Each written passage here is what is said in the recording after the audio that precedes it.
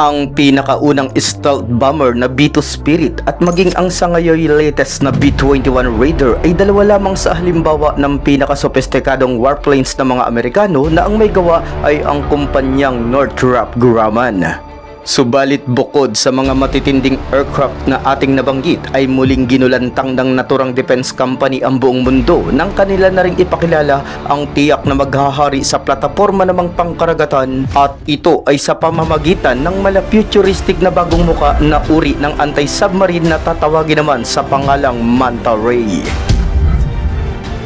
Mga kataps, kung ang literal na Manta Ray ay masasabi nga nating nanginginain lamang ng maliliit na mga hipon o isda at iba pang mga planktonic organisms na nasa ilalim ng karagatan, ay tiyak namang ang panlabang Manta Ray underwater drone na binubuo ng Northrop ay siguradong nakatalaga para hantingin at hadlangan ang anumang uri ng mas malalaking biktima. Partikular na nga dito ay yung mga nagpapagala-galang mga nuclear ballistic missile submarines na pag-aari naman ng mga bansang kaalitan ng Estados Unidos.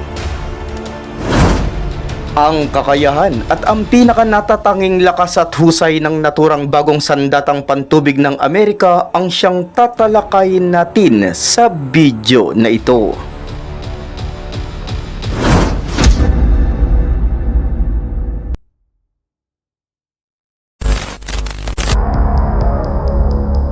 February 3, 2024 o ng taong kasalukuyan, halos kasabay ng 2 taong nakalipas mula nang simulan ng mga Ruso ang kanilang paglusob sa nasyon ng Ukraine, ay dito na rin sa naturang petsa lubusang ine-rolled out ng Russia ang kanilang ikalimang modernized na Bory A-class submarine.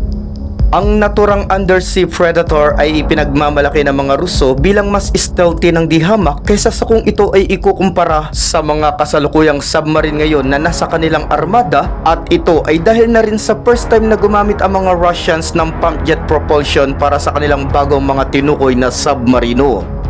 At bilang dagdag lamang ay dahil nga sa paggamit ng pump jet propulsion ay mariing ipinangangalandakan ng mismong state media ng Moscow na 5 beses nga umanong mas tahimik ang bagong mga Bory A-class kesa naman sa ngayon mga kasalukuyang nuclear-powered Akula-class submarine na pag-aari din naman ng kanilang Russian Navy.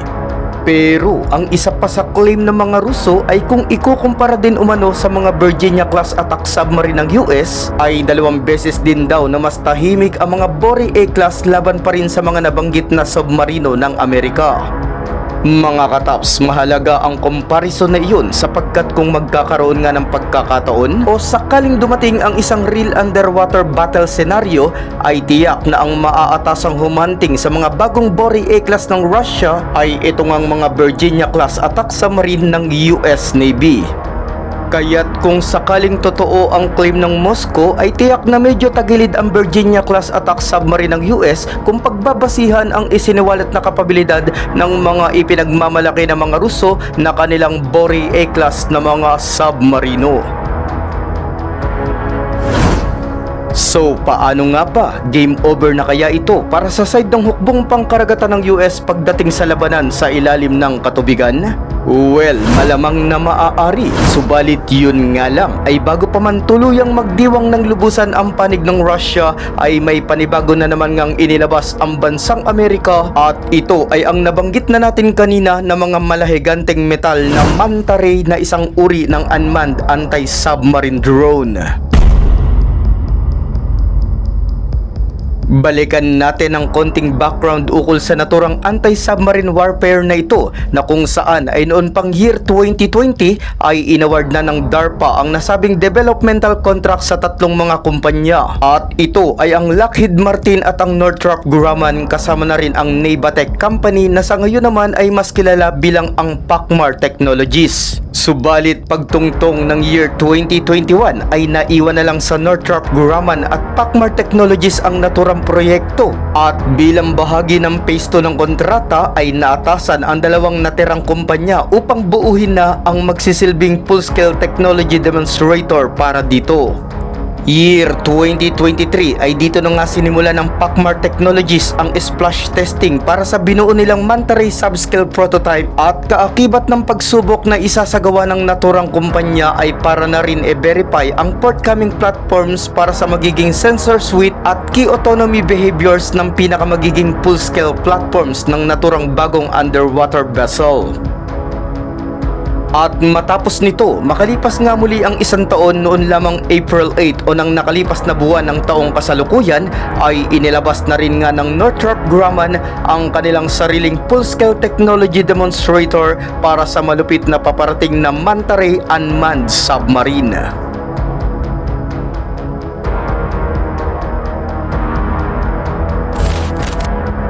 Bagamat nitong kasalukuyang buwan ng Mayo ay inilantad na ng DARPA ang pagpasa ng proyektong Manta Ray sa kauna-unahan nitong major test na isinagawa sa karagatan, ay bilang isang ang top secret ay hindi naman nila masyadong idinetalye kung ano ang pinakatotoong kakayanan at lakas ng bago nilang sandata. Pero kung atin ngang pagbabasihan ang ilan sa mga basic na impormasyon na isinapubliko ukol sa mga Manta Ray, ay masasabi ngang ito ay isang UUV o isang uri ng drone na maaaring gumana o magpagana ng tulad sa isang torpedo, at maaari pa itong doblehin ng tulad sa isang mine o mina. Sadya ding binuo ang Manta Ray bilang isang pangmatagalan o long duration at long range payload capable ng mga sasakyang pang-ilalim ng katubigan, lalo pa nga't dahil sa isa nga itong unmanned o hindi kailangan ng nakasakay na tao para paganahin, kung kaya't mas marami itong pwedeng gampanan ng misyon nang hindi nga naisa sa alang-alang ang buhay ng isang tao o sundalo. At ang ilan pa sa mga katangian ng Manta Ray na mismong inilabas sa pahayag ng Northrop Grumman ay ang tiyak na pagkakaroon nito ng pinaka-advanced na C3 o yung Command and Control and Communication Capabilities. At ang isa pa sa pinakakatangi-tanging kakayanan ng mga Manta Ray ay ang kaya nga nitong mag-anchor at mag-hibernate sa seafloor o kahit sa anumang bahagi ng ilalim ng dagat na may mababang power state. Sadya talagang kamangha-mangha, subalit kayang-kaya nga iyong gawin ng Manta Ray sapagkat isa din sa mga naiiba nitong abilidad ay yung lumikom ng enerhiya mula sa kanyang kapaligiran. Well, bagamat ilan lang sa mga features about sa Manta Ray ang ating naihayag, ay tiyak namang mas nakagugulat kung ano pang mga lihim nitong panlaban at pangdepensa na ang tangi nga lamang nakaalam ay ang mga otorisadong personalidad sa hanay ng depensa ng bansang Amerika. Pero mga kataps, malamang ay hindi na rin naman katakataka ang mga bagay na ito, partikular na ang mga inilalapat at bagong mga advanced na teknolohiya ng mga Amerikano pagdating sa kanilang mga inilalabas na mga bagong panlaban. Di ba't ika pa nga ng iba ay mala alien technology talaga ang naturang bansa dahil na rin sa super advanced at malahalimaw sa quality ng mga gamit pandigma na kanilang mga binubuo.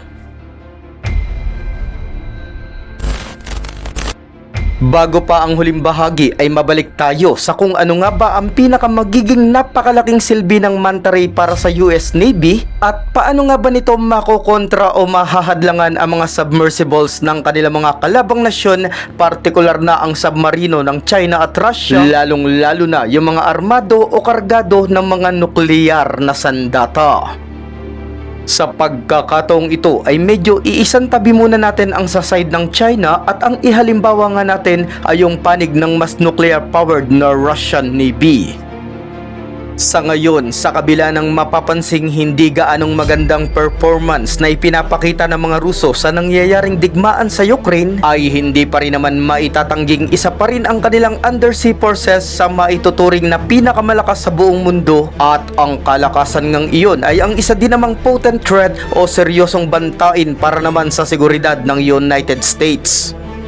Kung ating aalamin ay sa kasalukuyan ay may dalawang uri na mga nuclear-armed ballistic missile ang armada ng Russian Navy, at kabilang nga sa mga hanay na ito ay ang 5 units na mga Delta Force submarines, kasama na ang 8 pang piraso ng mas naunang Borei-class submarine, at idagdag pa ang sinabi na rin natin kanina na ilan pang units ng mas modernized na Borei A-class vessels. Pero bukod pa sa mga submarinong dinuklear na mga Ruso na ating nabanggit, ay may ipinagmamalaki pa ang Moscow, at ito ay ang sandatang Strato-6 Oceanic Multipurpose System o ang sandatangang mas kilala bilang ang tinatawag na Poseidon. Noong una ay matatandaan pa ngang unang inihayag ng mga Ruso na kaya umanong magdala ng Poseidon ng hanggang sa 50 megaton nuclear payload, subalit di kalaunan ay in-update nila ang salaysay na iyon sa mas realistic na bilang ng hanggang sa 2 megaton na lamang. Pero yun nga lang ay kahit sabihin na nating 2 megatonelada lamang ang tunay na lakas ng Stratos 6 o ng Poseidon, ay sadya pa rin nakalulula ang bagsik nito sapagkat ang 2 megaton ay equivalent o mas higit pang ang mas malakas ng 100 beses o 100 times kesa sa bomba atomikang ibinagsak sa Hiroshima noong bago matapos ang World War II. Bagamat hindi sinasagot ng US ang claim ng Russia ukol sa mga sinasabi nitong malalakas na sandata sa ilalim ng karagatan, ay mapapansing sineseryoso naman ng Estados Unidos ang banta at ang maaaring idulot na pinsala ng mga ito sakaling totoo o accurate ang lahat ng mga tinuran ng mga Ruso. At ang isa sa mga hakbang ng US para salagin o hadlangan ang mga bantang iyon ay ang kanilang pagre-re-establish ng North Atlantic Second Fleet. Subalit bukod sa muling ang pagtatayo ng US ng ikalawang armada sa Hilagang Atlantiko, ay mula din noon ay nagkaroon pa ng ilang pagre-renew ang Amerika para sa pag-i-invest ng mga bagong sistema na mapapansin ngang may kinalaman sa pagdedetect ng anumang mga submarinong nagpapagala-gala sa sakop nilang teritoryo. Kabilang lang sa mga project na isinagawa na ito ay ang tinatawag na PALS o Persistent Aquatic Living Sensor na inumpisahan noon pang year 2019. Kasama na rin dito ang ilang pang effort tulad ng ASW Actub o may ibig sabihin na Anti-Submarine Warfare Continuous Trail Unmanned Vessel. Ang proyekto ngang nasambit para sa inyo lang kaalaman ay naglalayon ngang magtalaga ng mga semi-autonomous na mga submarine hunting surface ships sa mga lugar na maaaring madalas na pasukin ng kanilang mga bansang kaalitan. Pero sa lahat ng mga sistemang nabanggit ay tiyak ngang ang Manta-Ray na binuo ng Northrop Grumman kasama na ang top secret pa sa ngayon na pinaka-eksakto nitong kapabilidad ang siyang ang pinaka-magsisilbing potent new addition o napakahalagang karagdagan para sa mas epektibo at mas yumayabong na anti-submarine arsenal ng hukbong pangkaragatan ng bansang Amerika.